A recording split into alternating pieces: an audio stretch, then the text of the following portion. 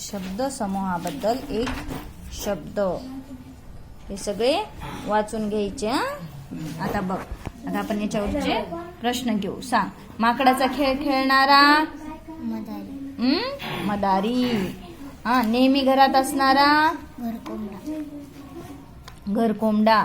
जादूचे खेळ करून दाखवणारा जादूगार. अस्वलाचा खेळ करणारा दरवेशी. अनेक बाबींवर लक्ष ठेवणारा अष्टावधानी.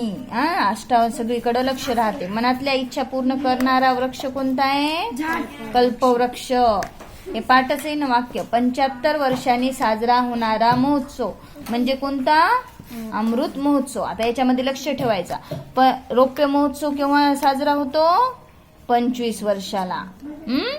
25 वर्षाला, 25 वर्षांनी. सुवर्ण महोत्सव 50 वर्षांनी साजरा करतात. आणि शताब्दी म्हणजे 100. हे आधी लक्षात ठेवायचं. काय? दुसऱ्याने केलेले उपकार जाणणारा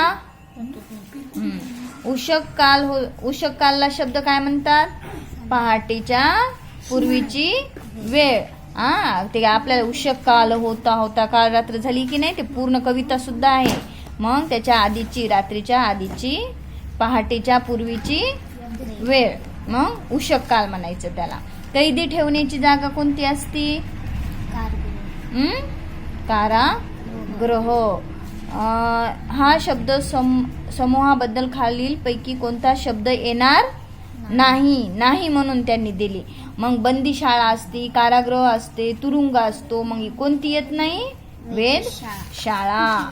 प्रश्न व्यवस्थित वाचायचा. आता बघ, हरणासारखे डोळे असणारी स्त्री, याला काय म्हणायचं? मृग नैना. जॉन सतत काम करत असल्याने सगळे त्याला म्हणतात. काय म्हणतात त्याला? कामसू आणि दीर्घोद्योगी. म्हणून पर्याय क्रमांक 1 आणि 2. आता बघ, अनुवानी म्हणजे पायात चपला न घातलेला. आपण म्हणतो की नाही, काय अनुवानी चलायलीस. जन्मभूमी म्हणजे काय? आपला जन्म झाला ती भूमी, किंवा आपला जन्म झाला ते गाव किंवा ठिकाण. आता बघ, बंदर कशाला म्हणायचं? जहाजे थांबतात ती जागा. माकडाला नाही, बंदर. जहाजे थांबण्याच्या जागेला काय म्हणतात?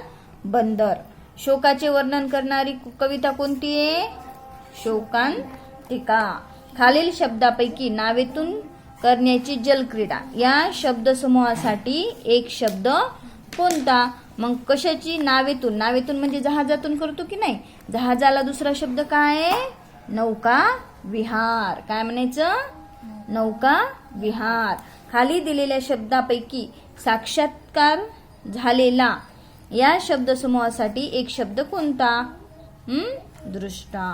डोळस म्हणा. डोळस नाही, दर्शक नाही, प्रेक्षक नाही. प्रेक्षक म्हणजे ऐकणारे. मग काय म्हणायचं त्याला?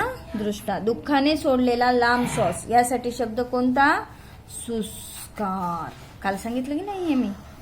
सुस्कार. दुःखाने सोडलेला लांब श्वास.